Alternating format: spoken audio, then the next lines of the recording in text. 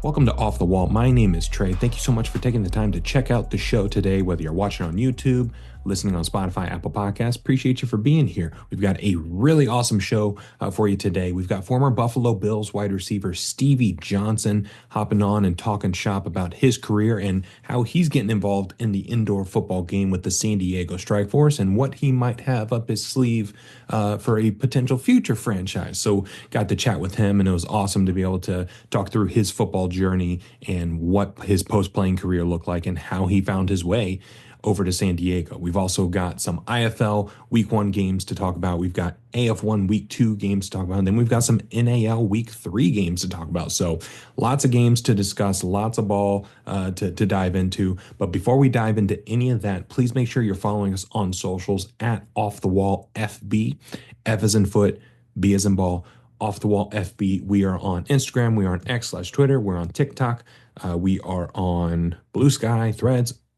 Go to the description below. You'll see where we're at. If you're not already following us, please make sure you do. And if you're watching on YouTube, hello, waving at you for the podcast guys. Hello. Please make sure you're subscribing to the channel, liking the video, and then sharing the video with somebody that you think would really dig indoor or arena football. And if you're listening on Spotify, Apple Podcasts, same thing goes for you. Please go to the show page, rate us 5 stars if you could, and then share it with a friend that you think would enjoy arena football, or maybe somebody that does enjoy arena football but doesn't have a podcast that they listen to that kind of dives into it. So the support so far has been awesome. Our numbers are growing across the board. I'm looking forward to continuing to scale this thing out. But enough of that. Let's dive into the fun stuff. Here's the interview with Stevie Johnson. All right, joining us on the show this week, we've got a former NFL wide receiver who spent 8 years in the league, 6 of those with the Buffalo Bills. He's an NFL vet. He's an entrepreneur. He's a podcast host, and he is the executive ambassador for media and community relations for the San Diego Strike Force.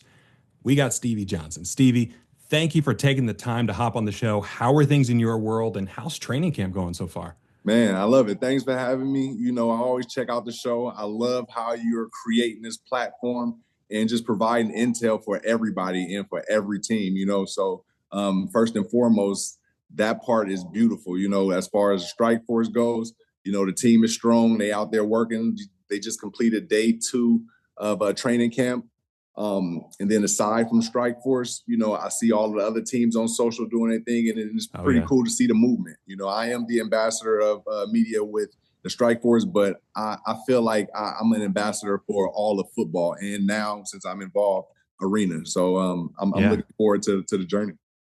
Yeah, I know you're definitely bringing a lot of good attention to the sport, and the sport is in a spot now where they've been doing their thing, especially the IFL. The IFL's been doing their thing for a little while now, and it's time for it to scale up. So I think you getting into the fold now is perfect timing. So I'm excited to see what you guys got cooking up. Yeah, man. You know, and I don't understand why it's not already as hot as the desert. You know, because what I'm saying is so entertaining. I honestly didn't know about it until I had a friend, my partner Jonte Berry. He really put me onto it out here in San Diego. And then once I got involved, it's like, okay, these are all of the guys that I usually work with, that I do mentorships with, do trainings with. The kids are being trained by these guys. And I'm like, you know, this is the circle that I dove into with my Exposure Academy. So to see them have a professional platform is cool in one sense. And then in a second is you're pros. That sense of everybody can't make it to the NFL.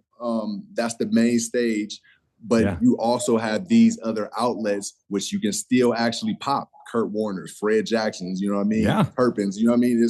There's still action. So it's pretty cool to talk to the guys at the Strike Force, you know, about these levels and opportunities that they have, opening myself up to, you know, make them feel like no matter if you're tired, no matter if you feel like you got to sleep with this person, this roommate, there's guys like me who's been at the top level and still wish I can be in your shoes. So love it, enjoy it, man. You know, and it's pretty cool to see.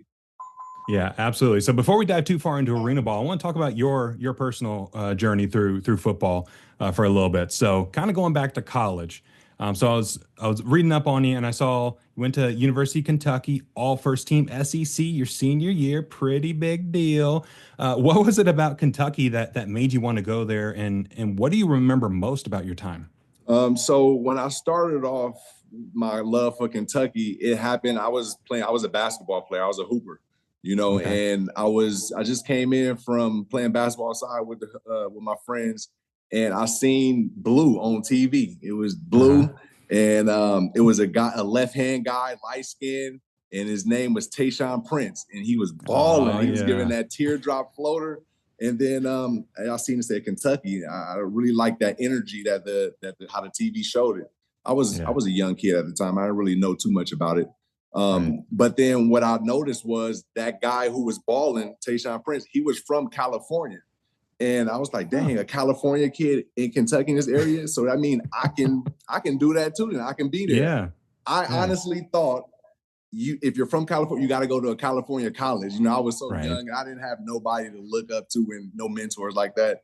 So I was just putting pieces together, and that was my first love for Kentucky. Years later, I ended up going to Chabot Junior College. And this is where I ended up getting a call from Kentucky out of nowhere. I got a scholarship. They offered me a visit, and I'm like, I remember this from back when I was young. Like, I'm going. Circle. Like, I'm gonna take this visit. And I took the visit, signed instantly, and I had to progress from there. Yeah, what a story. Who knew? Yeah, a decade earlier, you watch on TV. It's funny how that works sometimes. So after your senior year, the NFL draft rolls around. You end up getting drafted by the Buffalo Bills. Tell me about that process, and what was it like getting that phone call from the Bills? Oh, man, it was everything. It was everything in the sense of happy, sad. It was a roller coaster, but I was at the theme park. I was in the park. So the first round, I knew I wasn't going to get drafted in the first round, the second round, third. I thought I may be able to slide in the fourth to Tennessee, but fourth came, and one of my friends actually got picked in the slot, which was Lavelle Hawkins. And so, I'm happy for it. Then my other teammates got picked. Man, so that was cool. Like, everybody's getting picked, so this can really be real, So I'm just waiting for my turn. Then the fifth round comes, there's nothing. Then I got a little bit mad, like, all right. Then the sixth round came, and I'm upset. Seventh round came around. Now I'm laying down with my girlfriend, then now my wife. I'm sorry, she was my wife then. She was my wife at the time also. Yeah. But I'm laying down with her, and seventh round come around, I get a call from Bobby April, special teams coach. Hey, Steve, you ready to join the Buffalo Bills? I'm ready to do whatever, coach. Let me know when I'm out there. You know what I'm saying? So it just turned into joy. Like, we got another chance at another level. I always saw life as you get on one level, you got to figure it out, and then you got to conquer it. Then you go to the next level. And, after I did that in Kentucky, I figured things out, conquered that, and then I had my shot and I got to the next level. So as a seventh rounder, I didn't even feel like I had a chip on my shoulder. I didn't remember nobody's names who got picked before me. I didn't care. Right. I just knew that I was going to be able to take care of my family. I had an opportunity to take care of my family like I wanted to. So it was pretty cool, man. Yeah, you just need that shot, just need the opportunity to get in the door. And hey, if you believe in yourself enough, you'll do what you need to do. Yeah, see, now when you say that, yes, you do what you need to do.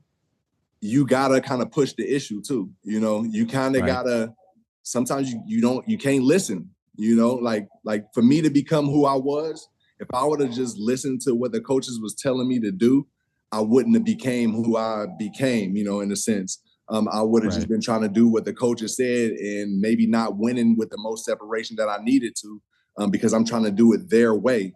You got to believe in yourself. And if you get a chance to get in there, trust me, try to do it your way. And if it worked, stick to it. They might not give you the pat on the back, because I was just talking to the guys today about this. You might not get the pat on the back. I was the seventh round guy drafted with a second round guy, so he got all the attention.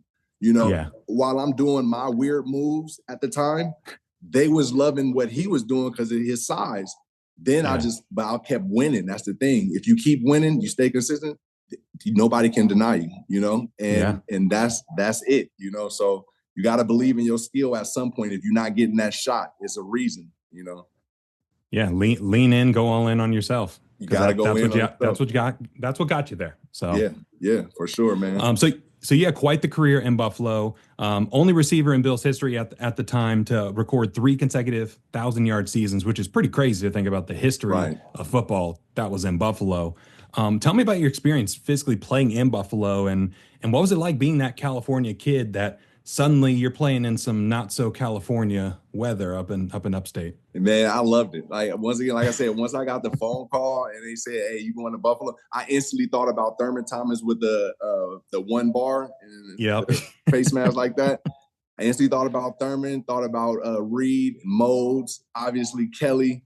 I thought Yeah. about who's the guy who wore the Spider-Man sleeve, and there's Daryl Talley. Now I'm around all of those guys, Yeah. and so I loved it. You know what I mean? I didn't really mind where I was at. I just knew I had a chance to be an underdog and rise above the ranks, and that's exactly what happened, man. And it happened on a level that I didn't even expect. And when I say expect, is because it took it to a further level off of a negative play. You know what I'm saying? So it's Yeah. special that bond that I have with Buffalo. That's great. Did you have a moment where you're like, oh dang, it's cold out here? Yeah, I mean, it's whenever that hope come around. So it's like Yeah. once you go trick or treating, Halloween come around, then that's when the weather just switch.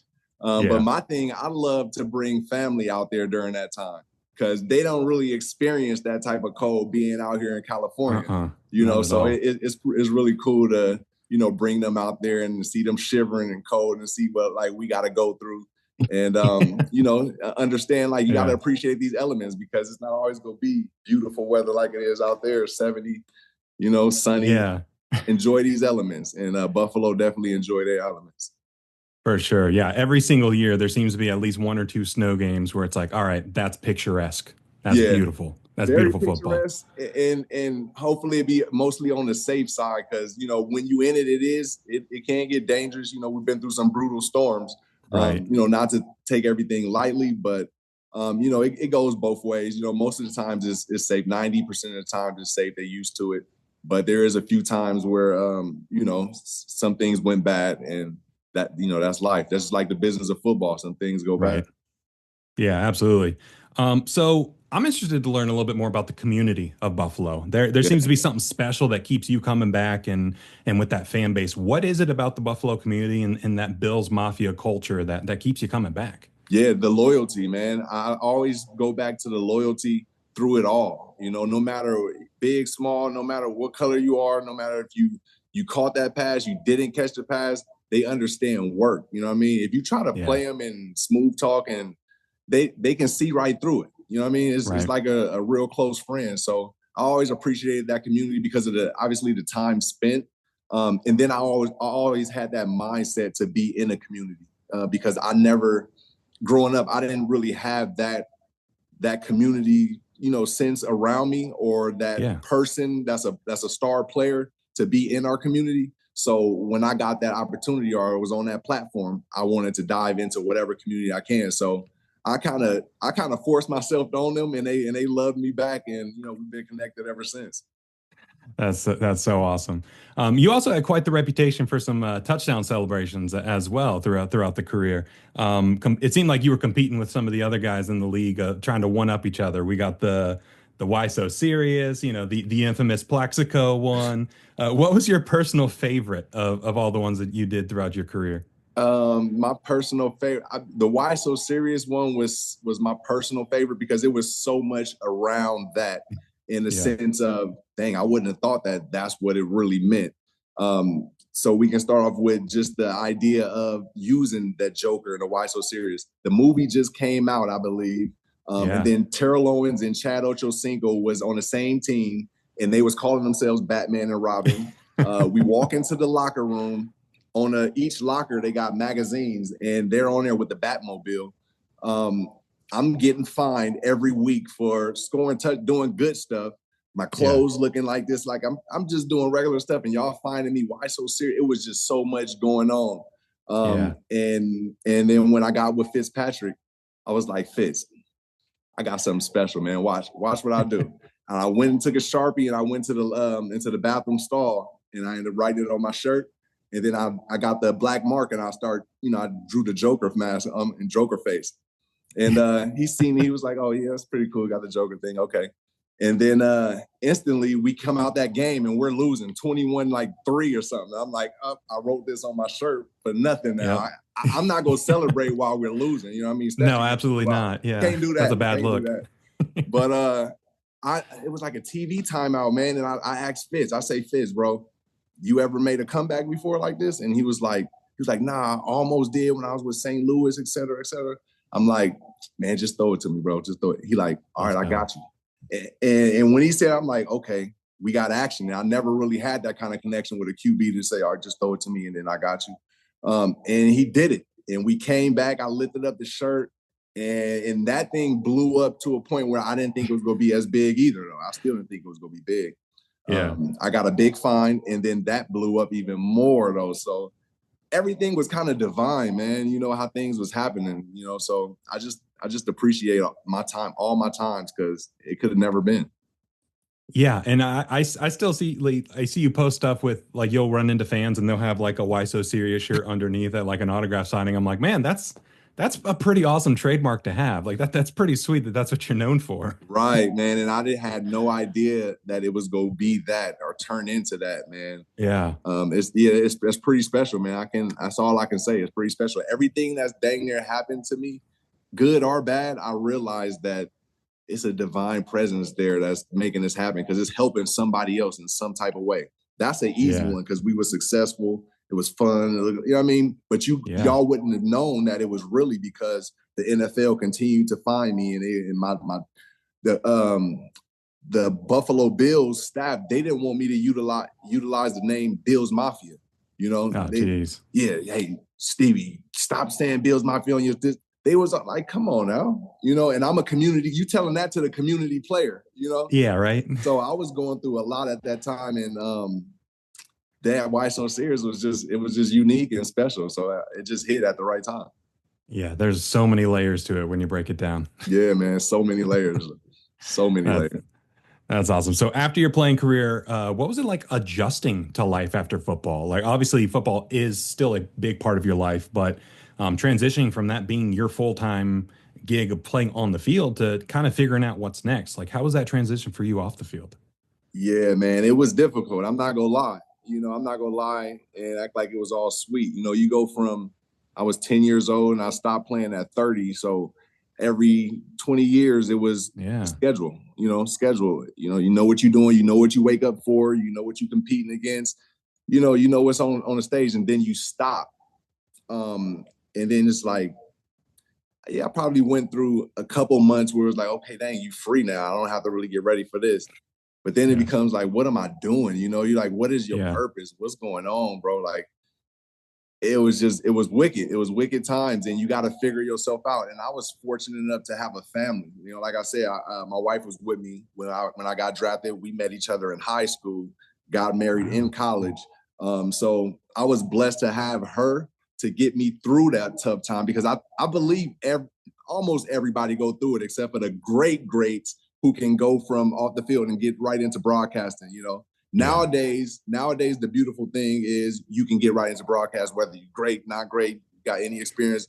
It's open for everybody, which is what I love. But you got to have that knowledge and that mindset, which is what I teach and provide with, you know, other players and young players coming up for when it's their time. You know, so in my level, it was just, you know, her getting me back on track. Go back to school, go finish your degree. All right, that led to certain things. That led to learning how to get on certain things and control electronic type things and meet certain people. And, you know, one thing led to another, just kept me on track, especially being with, you know, I'm a father of 3. So, you know, I'm always active. But, you know, that sense of I've made a living off of football, making X amount of dollars. And when you in that world, it's not the same lifestyle as being a regular person now. Like it seems like things move so much faster when you're in the league, so much faster. You get out here and it moves so slow, and that was affecting me, man, because I usually just go. But it took some adjusting. Yeah, it seems like one heck of a transition to go from like very regimented day by day, hour by hour to, all right, go live life. Like, all right, what do I do? You know, and then certain things happen. So RIP to certain athletes. I seen them pass away in situations where it was like, man, what is going on? Like, this person got paid X amount. I know that person was balling. And how did this happen? And why are you, that started getting me. And I'm like, okay, maybe they go through the stuff that I was going through, as far as I don't necessarily want to be in NFL, but football is still what I do. That's what I am. Maybe you can provide coaching or do some training or organize a youth team. So I began thinking, let me create a program, which was my club, HBHF and Exposure Academy, for guys that when they transition out, you might not have to go right into the NFL thing, because I didn't want to either. I understand. But here, organize this youth community, and you can, you build off of that. And so that's what I jumped into. And then another thing, COVID ended up happening, COVID happened. And that's where I noticed, like, I needed a lot more attention on kids and youth, so I dove heavy into the community during COVID. I jumped into coaching high school, training. I just went hard in my mentorship. And then that just continued to lead to other things. So that's kind of how the journey was going. Yeah, that's a perfect transition, because that's what I was going to ask you about next, is some of those off the field stuff, like the handle biz, have fun, and just like I've seen you mention you're into real estate, you're into youth sports organizations. Like, it seems like you kind of got into like you have that regimented schedule again that you had during your playing career, just with different things. So like, how do you get started? Like, for the handle biz, have fun. Like, how did that start? Like, what was the initial inspiration for that? Yeah, again, like, football is our passion, is our love. But developing youth and being in the community is obviously my passion. I actually came about the club HBHF. One of my partners from Arizona, he's a Buffalo fan, met him during maybe my second year in the league, and brought him out to Buffalo. He moved to Arizona, and I say, hey, let's start up our club out there. That way we branching out and expanding. And then we started off just doing like training. He just did training, and we started utilizing females in football, to play with the boys.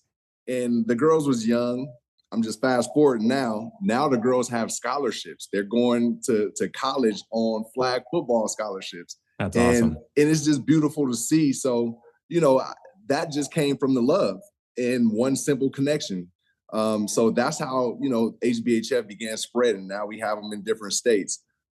Things like real estate. I don't necessarily go searching for things to jump into. It kind of just happens, and maybe I just see it as an opportunity, and I ask certain questions that I used to never ask.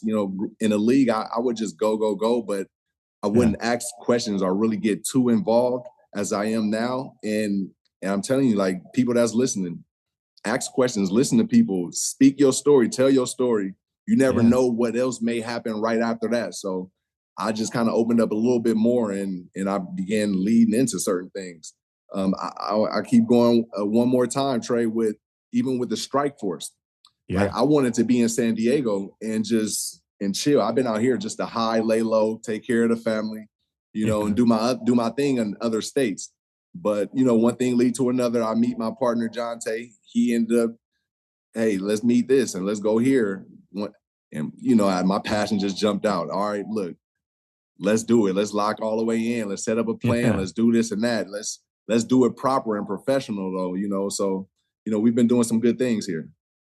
Yeah, that again, another perfect transition to what I wanted to talk about next, about the about, like, that was probably one of the biggest pieces of news in the IFL offseason, was when it was announced that you'd be involved with the San Diego Strike Force. I mean, you mentioned Jonte a couple of times. How did that relationship and the official partnership with the San Diego Strike Force, how did that materialize? Was it having him in the know already, and you kind of had a couple meetings and you're like, all right, this works for a bunch of parties? Yeah, pretty much, man. Pretty much. Jonte, former player and turned into a businessman for the Strike Force, heavy in the community. He's also partnered with Andre Reed, who's heavy in the community. Again, one of those guys, like I said, once I got drafted, I seen those guys, and then they was actually there at the training camps, at the practices. And, as years went on, you see, Andre Reed and do investments, Thurman do investments. Andre's here in San Diego. he just so happened to be connected with Jonte. We was in the same place at the same time, and things lined up. Just stepping out or just being a little bit more open.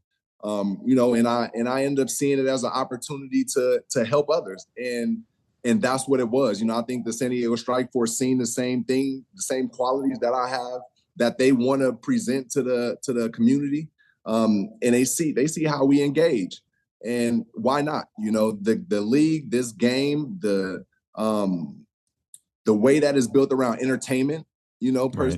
it's pretty much entertainment. It is, yeah. Now we're just involving in the fans. Those tailgates, those how it looked like college game day before pre games. That's what we're setting up. We're just an extension of help for the San Diego Strike Force, and I think we're working well with each other like a pick and roll.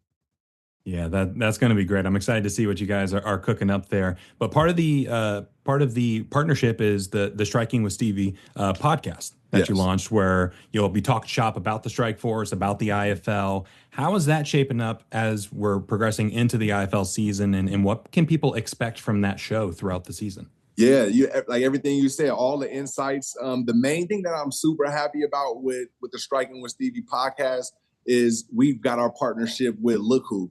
And we're trying to get this pushed around to all of the arena leagues, because this streaming platform, it does everything for the fan engagement. As far as a fan can get on and he can stream a watch party, from the platform. From our phones, we can go live. It's a freemium site.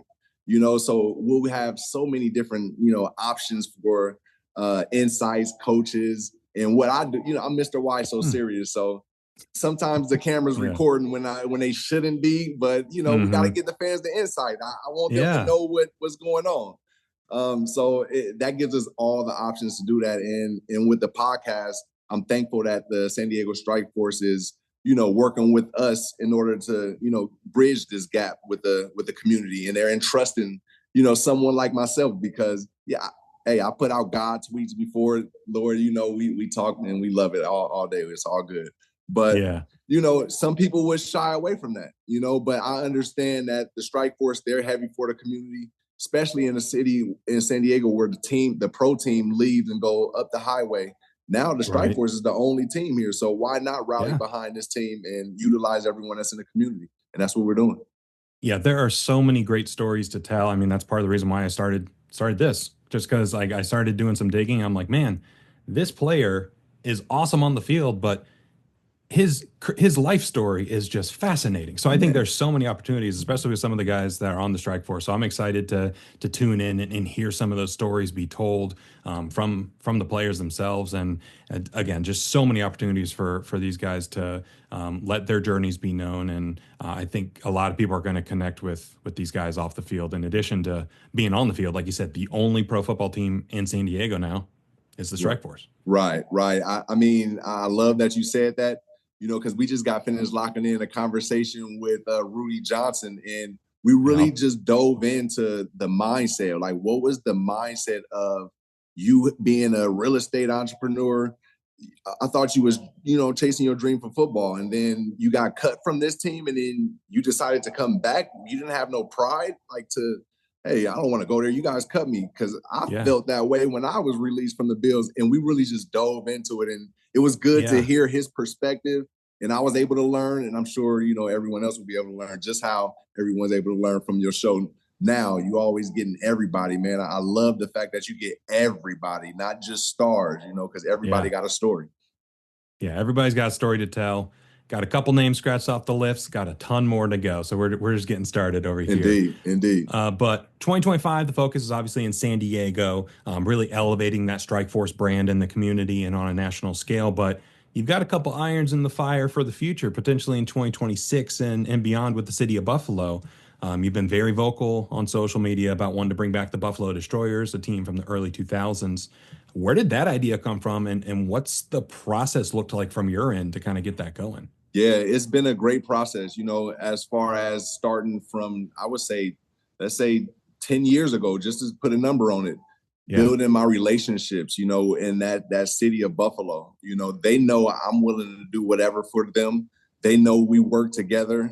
We Right. put on plenty events, summits, camps, whatever it is, award shows. We've done a lot together, and I came from California, so they know that they have that trust in me, that I'm for the community. So now let's fast forward. Again, we talked about it a little bit. I meet this person. We talk about this. I end up linking up with San Diego Strike Force. Oh, yeah. I'm in awe. Like, wow, we actually have this for people to become pros and have another life, have a platform for themselves. So let me check out Buffalo. Does Buffalo? I'm always going to think back to Buffalo. How could I help that area out? And I seen that they didn't have one currently, but they did have one. It was the Destroyers. I'm like, man, that's pretty cool. I wonder if why not? Let's try. Let's see if we can bring it back. And I began talking to those pillars in the community. And we looked up everything legally, and everything was dissolved. Nothing was out there. So I ended up just, hey, let's do it. Putting the group together, got the legal team out there, and we're in the process of putting this together, man. I don't want to speak too soon on it, but of course, that's all I can really say. Like, we're in the process of making something happen for the city of Buffalo and providing another pro team for the youth and people to look up to. Yeah, for sure. Yeah, I mean, in the off season, when the Bill season's over, they gotta get their get their love for football fulfilled somewhere. So might as well be an indoor team, right? Of all ways, we gotta attack the youth and attack positivity in all ways. If there's opportunities to have arena team in every city, hey, let's do it. Let's set up and get it going, because it does so much for kids. You just gotta understand. I feel like I'm kind of an anomaly. There's others just like me that never met a pro, never went to a camp, never did no extra training. They just kind of figured it out and made it.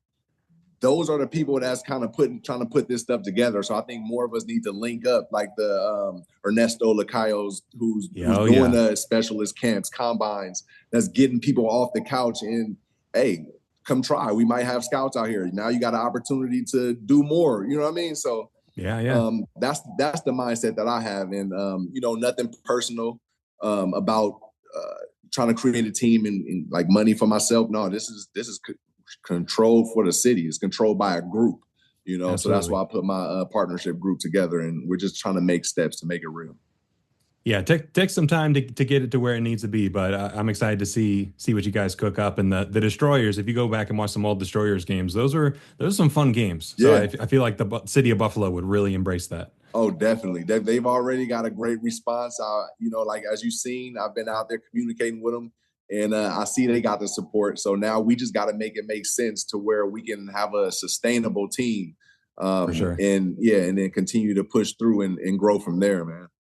Yeah. I mean, starting your own football team is something that I feel like a lot of folks fantasize about, where they might fire up Madden, create a team, put their favorite players on it. What are some things you've encountered so far that may surprise people the most, or people may not realize about the reality of starting a team from scratch like this? It costs money. It really costs money. You can't just press up on a stick, on a joystick, and be like, I'm going to get this much. Like, it really costs money, and you really got to have things, the infrastructure set up, because there's so many avenues, even just from like something simple as far as equipment, equipment managers. You got to think about certain things like this. Like I have a great connection in Buffalo, man. Shout out to my guy Frank at the Cambria Hotel in Niagara Falls. I have connections like that who can house, players that's from out of state. And other places you got to pay. That's a fee. That's an expense. Yeah. So I just felt like, as I weighed all my options out, I have enough help to have an infrastructure. And then I think, what we bring together can sustain a team, collectively. I'm not going to just put all my money into something, because of course that'd be ignorant. You know what I mean? And a lot of people will look at me and be like, hey, why don't you just pay for this? Or like, come on now. Like, like those questions and stuff. Yeah. We got to have those type of conversations. And as a player in my position, or a person in my position, talking to players, you guys are in a position to have those conversations and don't feel awkward about it. You got to talk to certain people and just to be transparent. And that's just some of the things that we talk about in our exposure academy, as far as communication wise. If you want to lead a team, you guys got to be on the same level, and everybody's not going to jail at the same time. But that doesn't mean that you guys hate each other. Just keep talking it out and understand it'll get stronger, and you'll know who to weed out when time is needed. Yeah, man. It's life, man. It's ever evolving. It's ever evolving, man. Yeah, it's communication, who you know, but more importantly, who knows you in those situations is so key. So I really appreciate you taking the time to hop on here. I'm excited to see, like I said, excited to see Striking with Stevie really get things going here. Where can people follow the Striking with Stevie podcast on socials and on YouTube? Yeah, for sure. Thank you. On X, you can follow us as Striking Stevie. And then on IG, you can follow us as striking_Stevie13.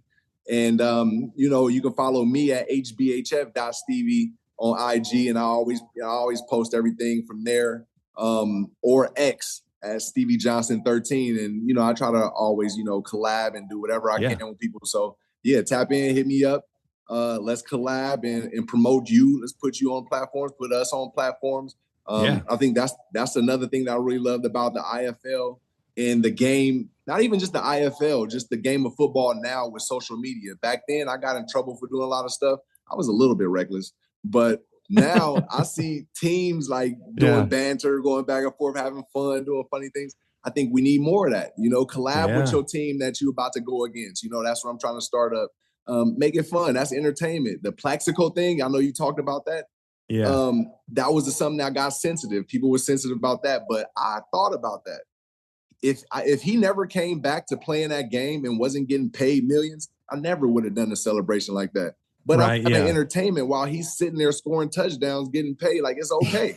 Yeah, it's fine. So I just want to bring that energy here and continue that going. And understanding, guys, handle biz, have fun, and get it off the wall, man. Let's go. I love how you tied all that in there. Let's do it. But before we get out of here, you got any parting words for the people about the 2025 season and beyond? Yeah, man. Stay tuned. Stay locked in for San Diego Strike Force. We playing against the Vegas Nighthawks March 31st, and we at our new stadium in Front Wave Arena in Oceanside.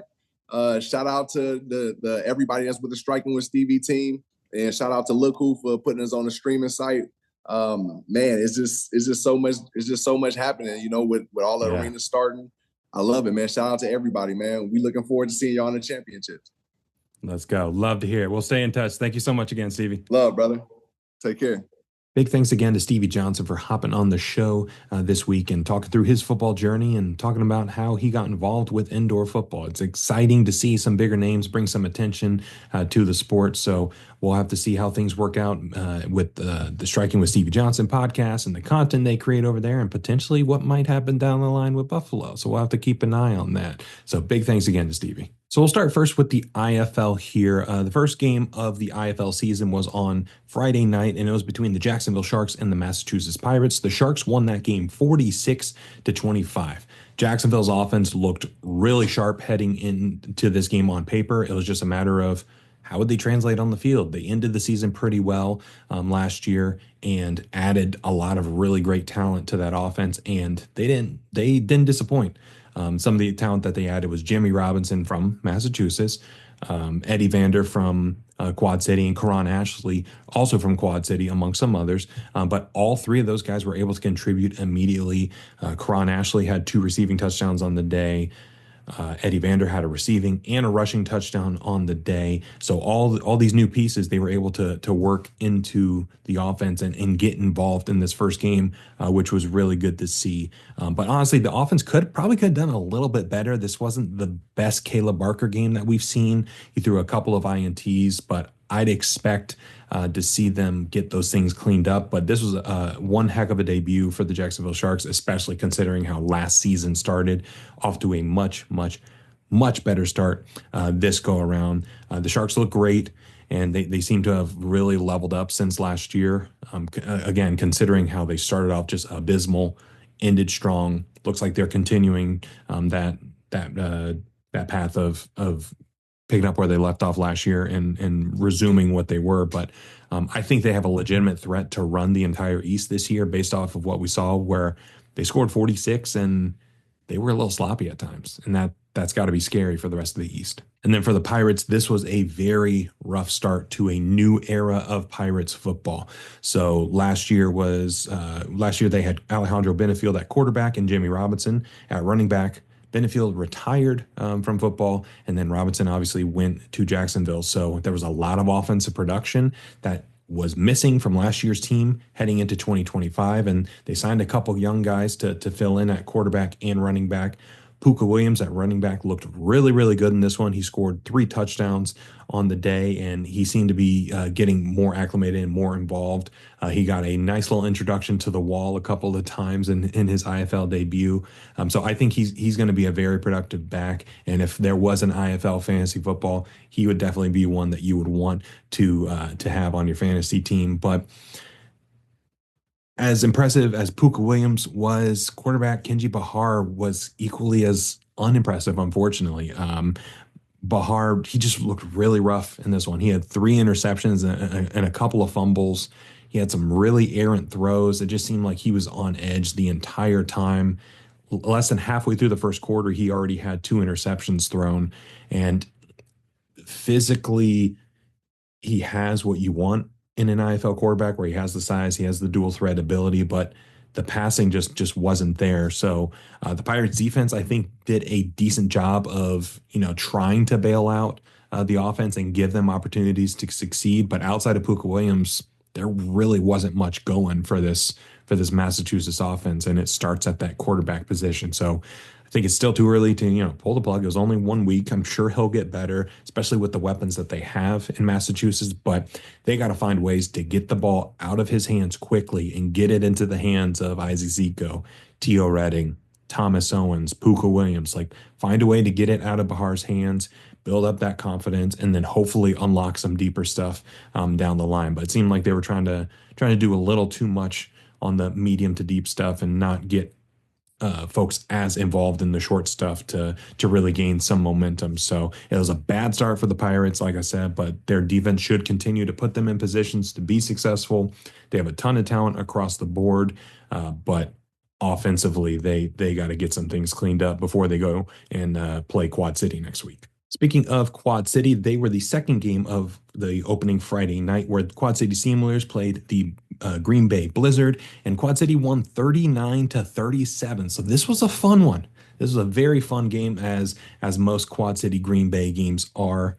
And I've said it for a long time, but it's worth saying again. The Steamers were a consistent quarterback away from being a real problem in the East last year. Every position outside of quarterback had some really good talent, and the quarterback play was really what was holding this team back from achieving more. So what did they do?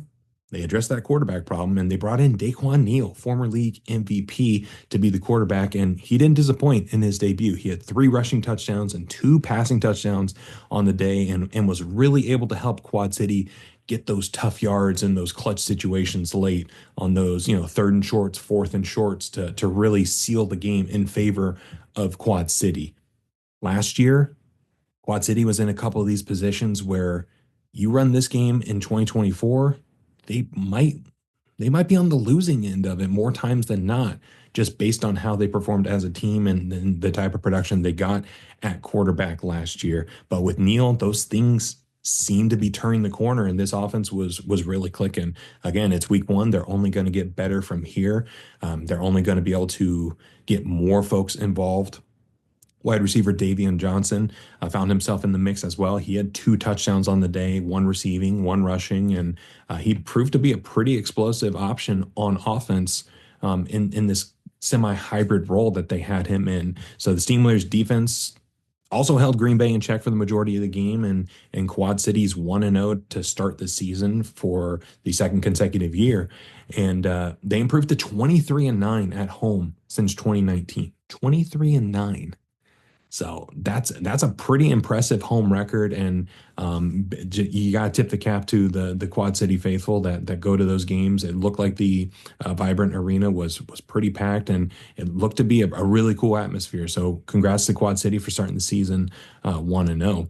But for the Blizzard, they started this game off pretty great. Like things seemed to be clicking. They drove down the field, scored a touchdown almost immediately.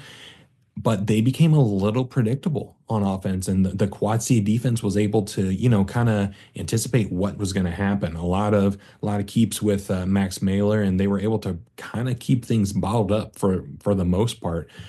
Green Bay still found opportunities to score here and there.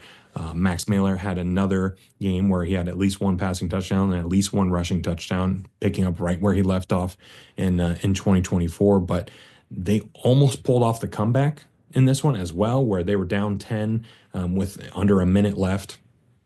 Went down, scored a touchdown, got the 2-point conversion after some some back and forth, and then had a chance to tie the game on a deuce attempt with 11 seconds left, but ultimately it sailed a little left, and Quad City was able to hold on. But I think Green Bay will be fine. Max Mailer will return to his form in 2024, where he had an MVP caliber season. But it's going to be interesting to see what they do to try to get more offensive pieces involved here. I liked what Joshua Mack brought to the Blizz offense coming over from Jacksonville, and I'd expect that Mack and Mailer will be a pretty proficient duo in the red zone for this upcoming season. I just liked how Mack was running and how they were utilizing him on some jet sweep motion type plays. So the Blizzard defense played pretty well, all things considered. I know Daquan Neal had 5 touchdowns, but holding a team under 40, holding a team with an MVP quarterback under 40 is still pretty good in the IFL. And I think that defense is going to continue to be the strength of the team. But yeah, it's week one. Green Bay hasn't won a opening season game since 2017, believe it or not, which is crazy to think about. That's 8 years ago. 8 years ago was the last time they won a season opening game. So they've started every season since 0-1. This one is no exception. And you see the year that they had last year. So they should be fine. They should be able to piece some things together and play solid defense all year. But yeah, Quad City 1-0, Green Bay 0-1. And the last game of the weekend for the IFL was the Tulsa Oilers going to San Antonio to take on the San Antonio Gunslingers. And Tulsa won this game 28-20. So a very low scoring game when you consider that the line for this game was 91.5. And I know some folks were itching to take the over on that one, but week one unders. If you know, you know. The Tulsa Fighter Oilers, as we've joked about before on the IFL preview, and folks in the content creating space have joked about for the IFL. This was their long anticipated debut.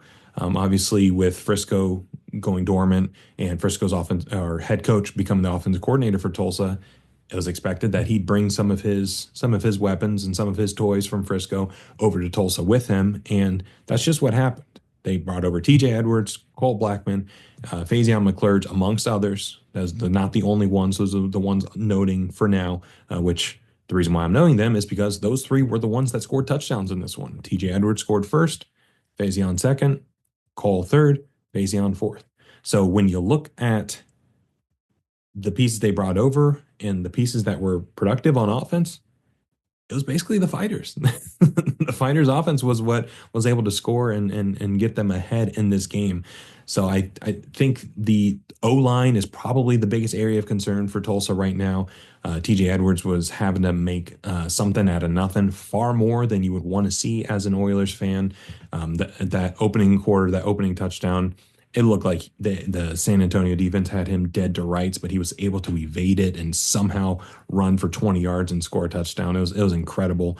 But the chemistry is clearly still there with those former fighters, teammates, and it's only going to improve from here as they get other pieces involved and get other folks acclimated and up to speed. But this is the first time in Tulsa Oilers history that they have a winning record. So 1-0, believe it or not, that's crazy to think about. But the defense stood tall and enforced multiple turnovers, and they made San Antonio quarterback Malik Henry uncomfortable all day, which offense having some chemistry, defense causing the other team to be uncomfortable. It's usually a pretty good recipe for success. So the offense is going to have to be more productive moving forward. But the defense is looking like the Tulsa defense from the past couple years that we've come to know.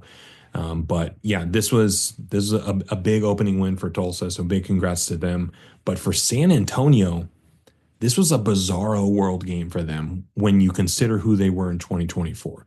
2024, they were the most efficient offense in the entire league, and they were scoring 60 points a game. But the problem was the defense was also giving up 50, 60 points a game. So lots of points were being scored last year in San Antonio games. And so the script kind of flipped for them in this one. The defense for San Antonio looked really, really good. They went out of their way to revamp their entire defense.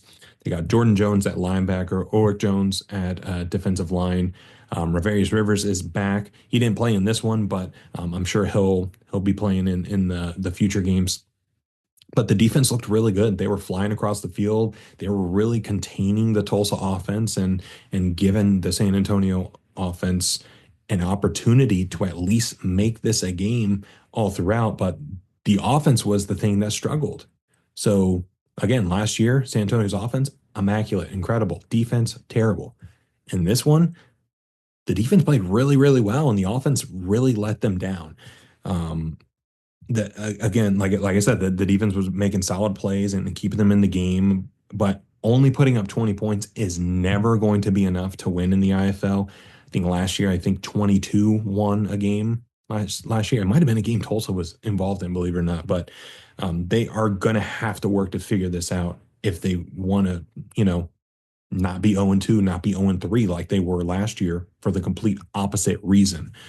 Quarterback Malik Henry, he had multiple turnovers in this one and just never looked comfortable. So similar to the Kenji Bahar situation in the Pirates game, he was holding the ball for too long. He was forcing throws, and he had some really bad interceptions in this one. And he has some experience in the indoor game, so it was a little surprising to see. But he was signed a little more recently and was missing some key wide receivers in this game. Naquan Murray and Kali Rashad were both on short-term IR. So once they get back, life obviously becomes a lot easier with them in the mix. But it was a bad start for the San Antonio offense, and they're going to have to get better. But at the same time, it gives you reason for optimism if you're a San Antonio fan, that defense played as well as they did and was able to contain an offense led by TJ Edwards to only 28 points. So I think there's reason to be optimistic, but that offense has to get to work. So moving over to the AF1, we had two games this past weekend, so a little mini slate. So on Friday night, the Albany Firebirds made their season debut against the Southwest Kansas Storm, who came into this game 2-0, and Albany took care of business. They won this game 78-20. So whopping 58-point victory. Sam Casanova, who was the quarterback for San Antonio last year, came home to Albany, I should say. He previously played for the Albany Empire when they were in the NAL. He came back and made his long-anticipated Firebirds debut, and he threw for 7 touchdowns. 7. He was able to connect with Darian Townsend, Dwayne Brown, Markel Wade, and Isaiah Scott in the end zone, and he also added one on the ground. So 8 touchdowns in the debut for Sam Casanova in this Firebirds offense, and he's by far the MVP of the weekend for the AF1. And we kind of knew Albany was going to be a problem this year for the rest of the league, and this just confirmed it, that if this was the first game out of the gate and they were able to get this type of performance, look out, because they're only going to get better from here. Dwayne Brown hauled in 6 catches for 89 yards and 4 touchdowns on the day. So dating back to last year, Dwayne Brown's last 2 games, he has 9 touchdown catches. So he is obviously in the zone, feeling it. Trayvon Shorts was able to get things going on the ground game as well. So they were able to keep some balance. They didn't run the ball a ton in this one just because the passing game was working so well. But the Albany defense, I think, is going to be something that's not talked about nearly enough, because they came up big in this one and they were able to set the tone early and really throw the Storm off of their game. In 2024, Albany's defense left some things to be desired. They put them in some rough spots early in the season. They put them in some double-digit deficit. That's a mouthful. Holes early and kind of forced the offense into playing catch-up mode a lot last year, which they were able to do for the most part. But the defense was clearly the weakness for the Firebirds last season, and they brought in some key pieces to flip those fortunes. So we're talking about defensive back Derek Jones, defensive lineman Ezekiel Rose. We're talking about the defensive lineman Harold Love. Like they brought in a ton of really talented folks on both sides of the ball, but especially defense to really flip the script on what their defense was last year compared to what it was in this game. They were physical, they were fast, they were putting pressure on the quarterback all game. Jalen Morton for Southwest Kansas, he had a long touchdown run to open the game and open the scoring 7-0. So it kind of gave you an idea that, okay, Southwest Kansas can, if they can control the tempo of the game a little bit, they have a shot to, kind of knock off Albany here. But the Albany defense was just very physical and yeah, I think they caught Southwest Kansas off guard, and it was tough because Southwest Kansas had a chance to kind of chip away at it, but they lost wide receiver Daquan Bailey Brown to injury in the first half, and that kind of took the wind out of their sails. And it was just a tough game. They couldn't really slow down Albany, and they couldn't get much going on offense. Jalen Morton had a really, really strong start to the season, leading up to this one with I think 10 touchdowns and zero interceptions. But on this one, he had three turnovers on the day and no touchdown throws. So it was a tough game for the Storm overall. They're back home next week, but to play devil's advocate on behalf of the Storm had a really short travel week as well. So they played on Sunday night in Washington, came back to Dodge City, and then had to travel across the country to Albany to play on Friday night. So probably like 100 hours in between. No, what was that 24, 48, 72, 96? It's like 120 hours from one game ending to the next game beginning across the country. Not to say that that makes up for 58 points in a game, but it was a little bit tougher of a week than I think some may realize for the Southwest Kansas Storm. So they just got to put this loss in the rear view and keep it moving because they got the Oregon Lightning coming to town next week before they have a bye. So I think Southwest Kansas should be fine if they can learn from this and really lean into their identity of running the football and controlling the pace of the game, and then getting some things tightened up on the defensive end. And for the last game of the weekend, this was the AF1 After Dark special on Saturday night. This was the Washington Wolfpack hosting the Oregon Lightning, and Washington won this game 35-28. So this game was chaos, it was beauty, it was hideousness, it was moments of I don't know what is happening, all wrapped into one. The Lightning started off really, really strong in the first half here. Dalton Cole was slinging the ball all over the yard, and they jumped out to a 22-0 lead, and it seemed like Oregon could do no wrong, and it seemed like Washington really couldn't do anything right on the offensive side of the ball. But then suddenly it just seemed like Oregon forgot how to play football for like a full quarter and a half into the second quarter, into the beginning of the third quarter, throughout the third quarter, into the fourth quarter. Just nothing could go right for Oregon. They were called for tons of false start penalties, and truthfully could have been called for a few more if we're running the tape back and taking a look. But they seem to have trouble with some of the basic stuff like the center to quarterback exchange, and they allowed Washington to get back in this game and to inch back in. And before you know it, Oregon was up 22-0. That quickly became a 35-22 deficit. Like it seemed like in the blink of an eye. Like it happened so quick. Washington just went on a run, and Oregon just had no answers. So it just seemed like a completely different Oregon team in the first half versus what we saw in the second half. And they got to get their stuff together quickly because there's only 8 teams in the AF1 this year, and it seemed like Washington was probably one of their best opportunities to get in the win column before they face Southwest Kansas, before they face Billings. So if they want to stay alive in the playoff hunt, I know it's too early to really call it off, but they gotta get a win here very quickly if they want to stay alive with it and have a shot at getting in. But yeah, this was a tough one for Oregon as they fell to 0-2 on the season, and they got to get it figured out very quickly. But for Washington, their game was as confusing on the opposite side, where the first half obviously shut out in the first half. That's never good. Second half, they scored 35 unanswered. What happened? Well, Washington signed a quarterback named Ed Crouch earlier in this week. Ed Crouch was signed with another AF1 team that ended up folding. I want to say he was signed with Wilkes-Barre. I could be wrong. If I'm wrong, please correct me in the comments.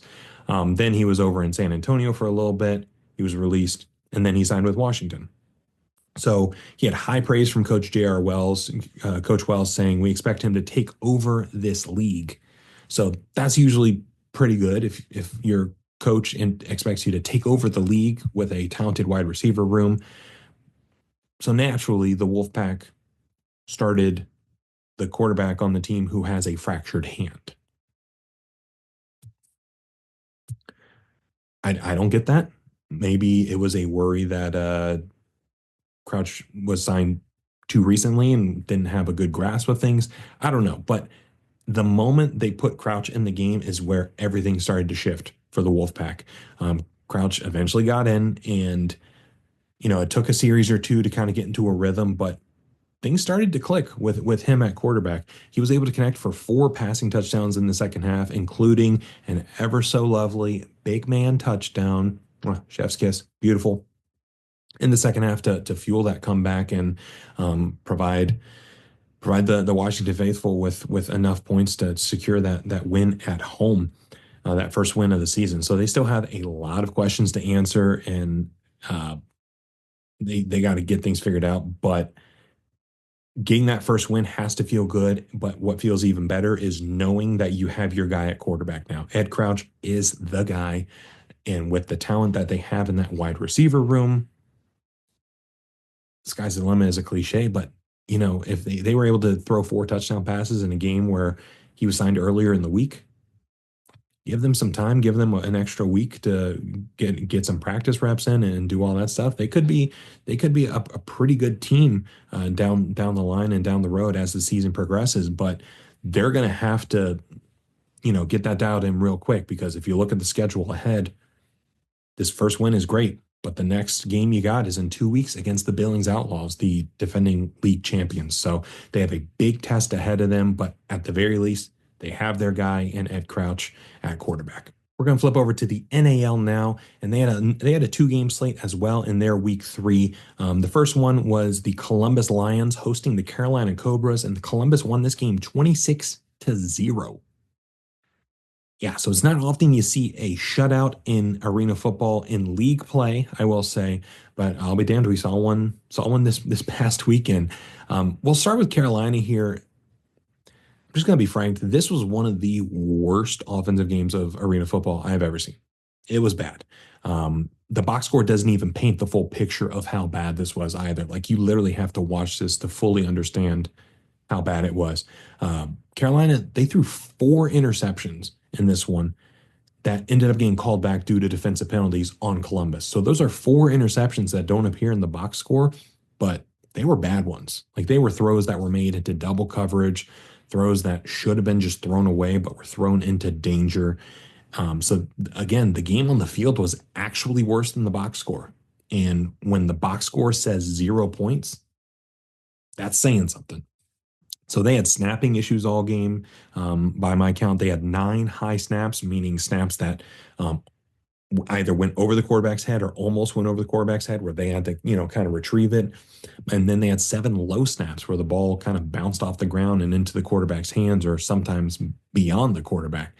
They just couldn't do anything of value here. Quarterback Vincent Espinoza got pulled in the third to try to find a spark, but the Lions defense just shut it all down all day, regardless of who was at quarterback. And the best player on the field for the Cobras, if we had to find one, if we had to find a bright spot, probably linebacker slash defensive lineman Kevin Voiles was able to apply some pressure on the Columbus quarterback, and he came away with 2 sacks and was able to get a few hurries on the day as well. So he was able to kind of mix things up and be a part of that Cobras defense that limited the Columbus Lions offense. But yeah, it was tough, and I could not have been more wrong about the Cobras. Apparently, I thought they were going to be one of the better teams in the NAL this year, and I guess there's still time for them to get some things figured out. But at the very least, scoring anything in this game would have made me feel okay about that. But yeah, I could not have been more wrong about the Cobras. And for the Lions, I wasn't sure how to read them heading into this game. Their only game was against a toothless Peach State Cats team from out of league that got, thrown in after the Amarillo Dusters had their whole situation. So it was hard to decipher if their 85-0 win was a result of their team's ability, their opponent's ability, or maybe a little bit of both. But it turns out on defense, this team is legit and damn good. They were just swarming. Their defensive line was able to apply a ton of pressure to the Cobras quarterback and really disrupt their passing game and didn't allow them to really get anything going. Every level of the defense played well, and they had 5 turnovers total that were overturned due to penalties or overturned due to different things. So those are 5 turnovers that didn't really appear on paper, but they were felt in the game again. So if you're looking for something that they could improve on in a 26-0 shutout win, it's probably the penalties.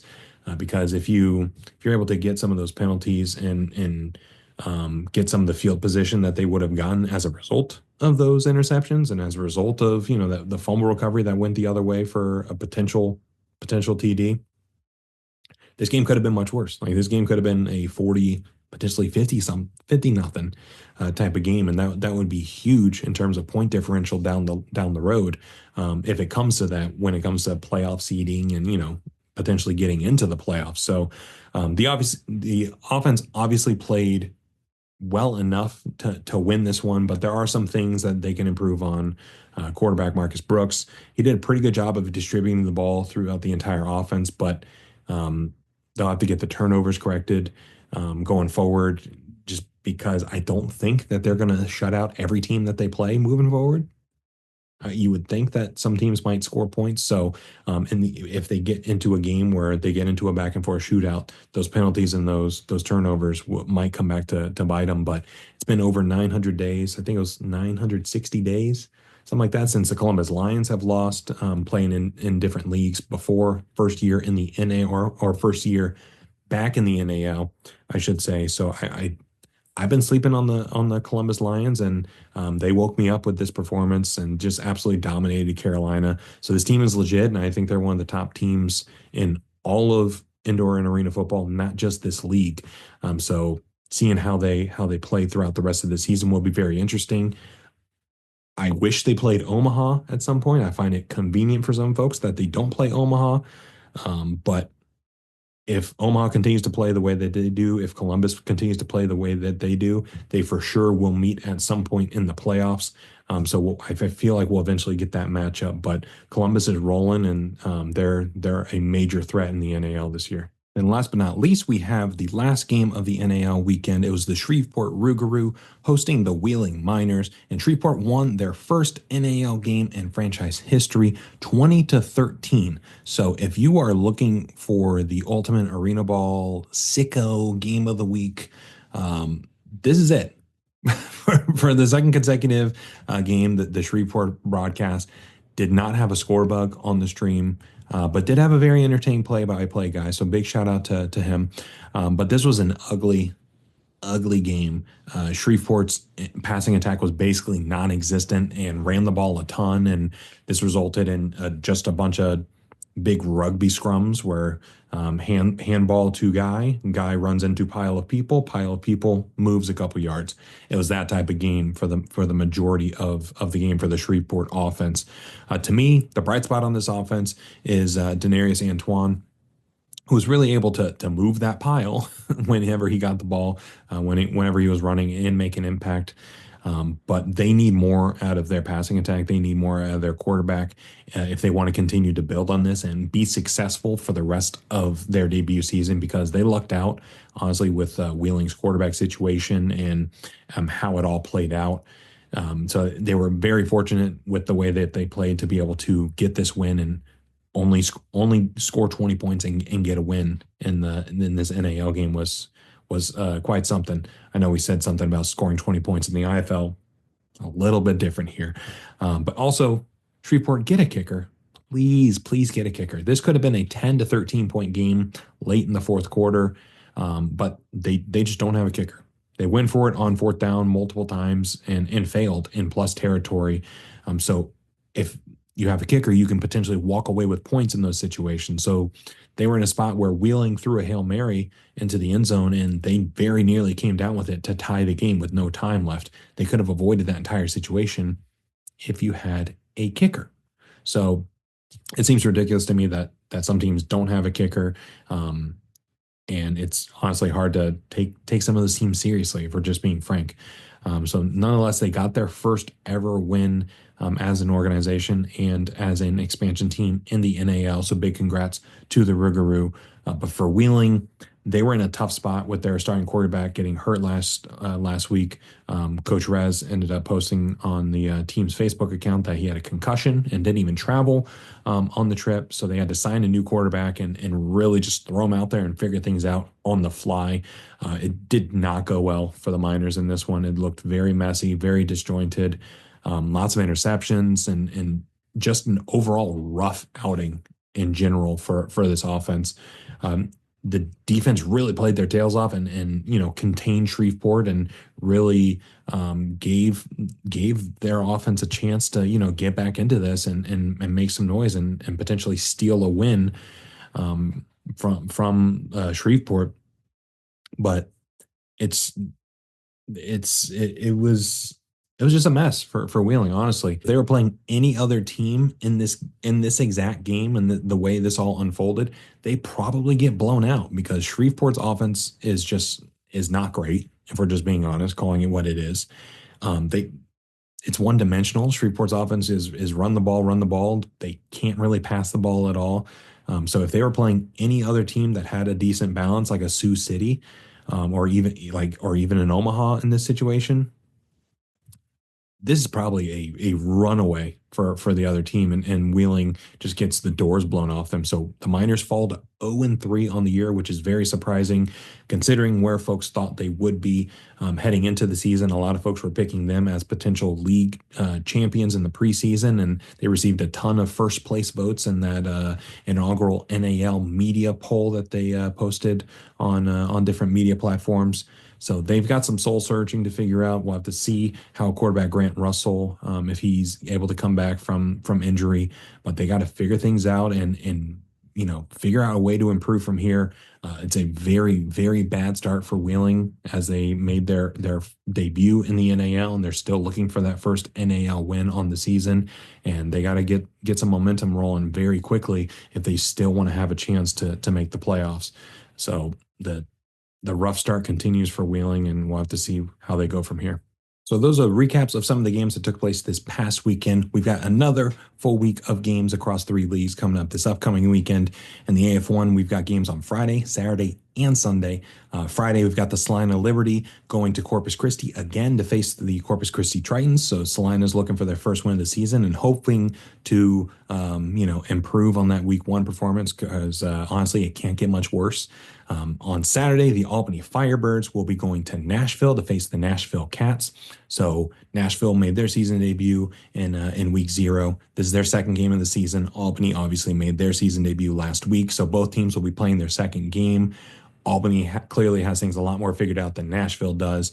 Nashville brought in some new quarterback options, so they're going to be debuting some a new offense, so to speak, against an Albany defense that is coming off of a really great game against the Storm. And then lastly, on Sunday, we've got the Oregon Lightning going to Dodge City to take on the Southwest Kansas Storm. So Southwest Kansas coming off of a big loss to Albany, Oregon coming off of a loss to Washington.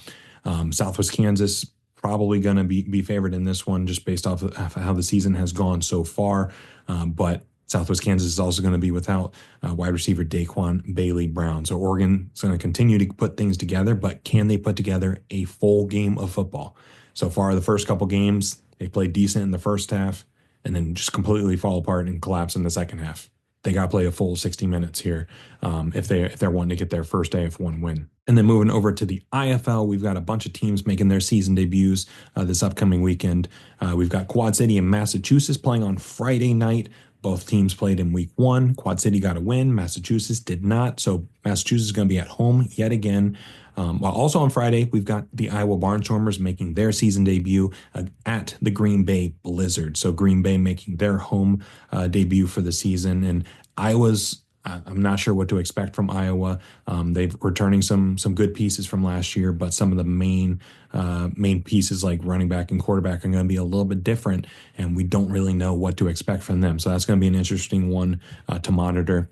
On Saturday, we've got Fisher's Freight making their IFL debut, first ever game as a franchise at Northern Arizona to take on the Wranglers. So that's the lone game on Saturday is going to be Fisher's at Northern Arizona.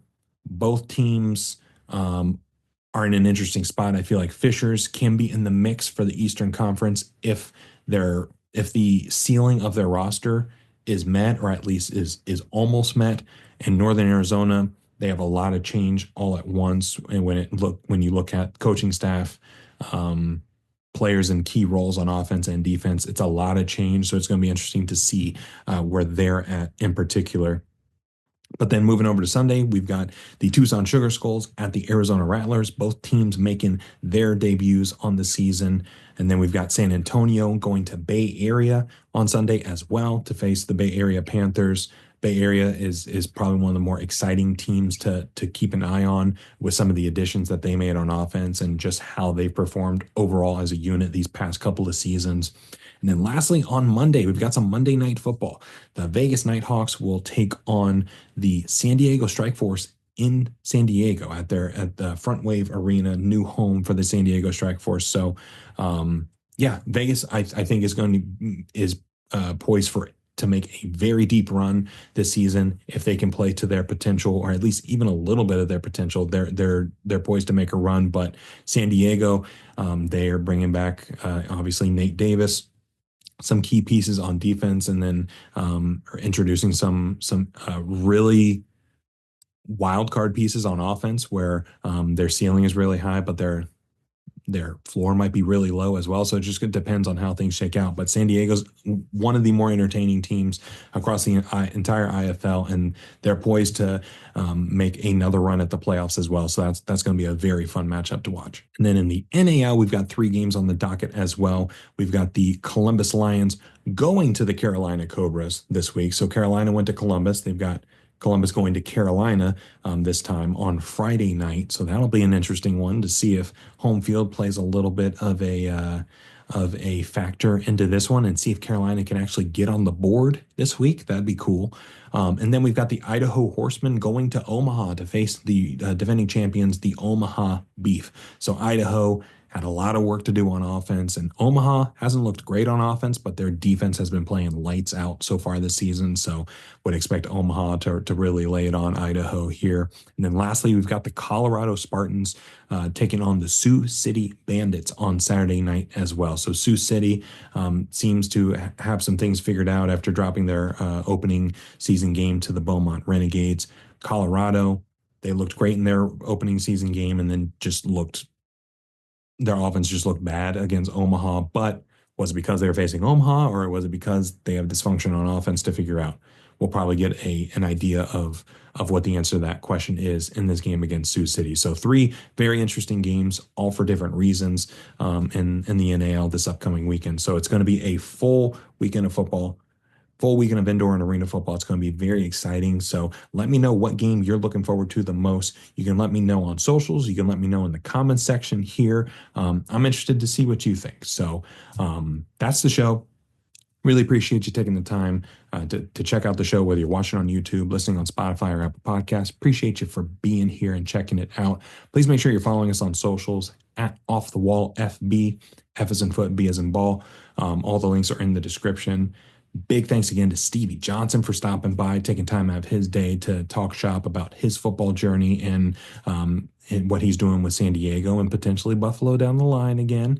And yeah, I'm just really looking forward to how this upcoming weekend of football plays out. Oh, almost forgot. YouTube, subscribe, like, comment, share, all that stuff. Spotify, Apple Podcasts, please do the same. It really does help. We've already found a couple folks that kind of stumbled into us on YouTube and stumbled onto us on Spotify and Apple Podcasts and let us know. So all that stuff really does go a long way. So there's only 24 hours in a day. fact that he chose to spend like an hour 10, hour 5. I'm not even sure how long this one is here on the show here. Really appreciate that. It means a lot. So yeah, let's enjoy this upcoming weekend of football. Take care. Have a great rest of your week. We'll see you on the socials.